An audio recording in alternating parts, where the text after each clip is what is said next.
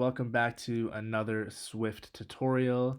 In today's video, we're going to be taking a look at how you can add a map to your app, as well as do this cool zoom in effect to your given area for the current location of the user. And lastly, we're also going to look at how we can add this map pin. So with that being said, I want to also add, I hope everyone is staying safe and healthy with all this virus stuff going on. And yeah, that being said, hit that like button down below, get excited, open up Xcode, and let's get into the video. So first things first, as always, we're going to open up Xcode and create a new project. We're going to stick with a single view application. Let's call the project My Location and save it on our desktop. And before we actually jump into it, let's expand our Xcode window to give ourselves a little bit more room to work. So first things first, we need to add a map view and connect a outlet to it that we can reference in our controller. So we're going to come in here and import MapKit, and MapKit provides all of the map related stuff we need to get this working, as the framework name implies. So let's create an outlet for a map view, and it's going to be an MK map view. And let's go to our storyboard, and from our library up here we can find a MK map view, drag it on in. Let's connect our outlet from here to here, and let's not forget to add some constraints to this just to make it take up the entirety of the screen. So before we jump into the actual location implementation, let's select our simulator, hit Command R to build and run. And once your app is visible, you should see basically a map. And it'll just default, I think, to North America here, but it won't be zoomed in or anything, no pins, and you can basically scroll around the world. So the next thing we need to do is basically get the user's location that we can translate to zooming in somewhere on the map, as well as adding a pin. So to get the location, we're going to leverage CoreLocation in the view controller. But before we're able to do that, we need to add a info plist string, which is basically going to show the permission prompt to the user in terms of why the app is requesting the location. So we're going to come in here and add a privacy location when in usage description, and we're just going to put a string here. Please allow to see current location, like so. Next, we're going to move to our view controller, and the remainder of this app is going to be in here. So first things first, we need to import CoreLocation, which will give us all the location interfaces that we need to get this working. And we're going to create a location manager, which is going to manage getting the location of the device. So CL location manager. We also need to conform to the CL location manager delegate, which is how we're going to actually listen in to delegate functions for the updated location. When the app's view appears, and view did appear, we're going to set up this location manager and request permission and whatnot. So the first things first, we're going to say manager dot request when in use authorization, which basically aligns with our info plist key. The next thing we want to do is manager dot, let's get rid of my antivirus pop-up, but manager dot delegate is self. Let's also set accuracy on the manager, which basically defines how precise we want the accuracy of the location that we're getting from the GPS to be. And we're going to use CL location accuracy best. Keep in mind that this has different implications on battery, because obviously the more precise location you want, the harder the GPS has to work. And let's see, what else do we need here? After we've got permission, we're going to basically start updating location to start fetching the location. we want to implement the location manager delegate function, which is I think called did update locations. Manager did update locations, and this function gets called when we start the manager's location update. And in here we're going to say if let location equals locations.first. We're going to stop updating the location.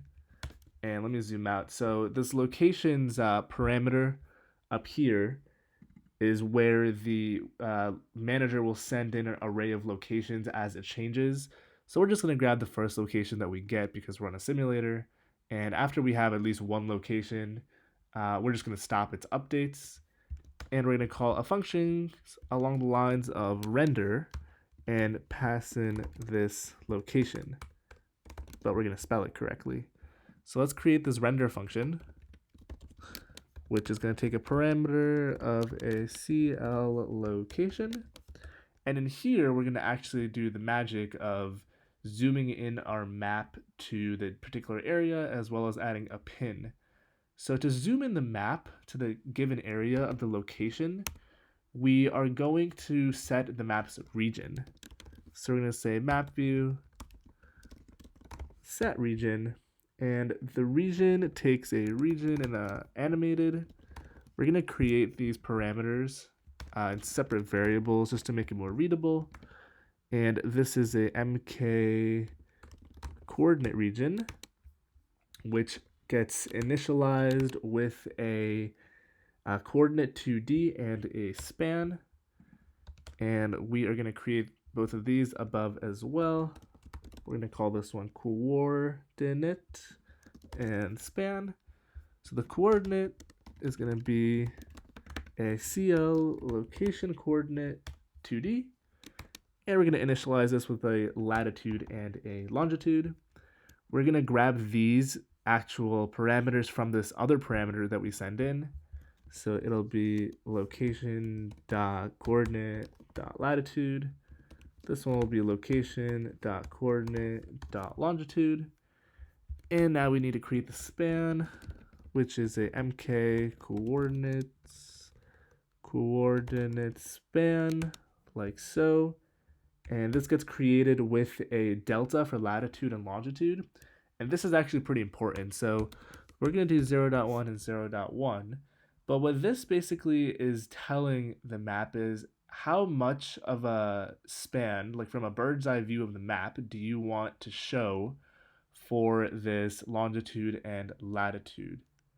So that being said, we should now be able to see our region on the map. So if we command B, we'll see we have an error here because I can't spell today, basically. So let's fix that and hit command B one more time.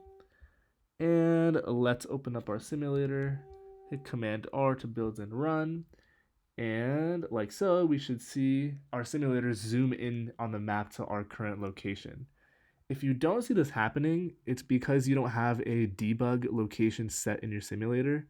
So what you can do is you can come up here to debug location and you can pick a location. So I have this set here to Apple, as you can see, but I can also change this to like something else.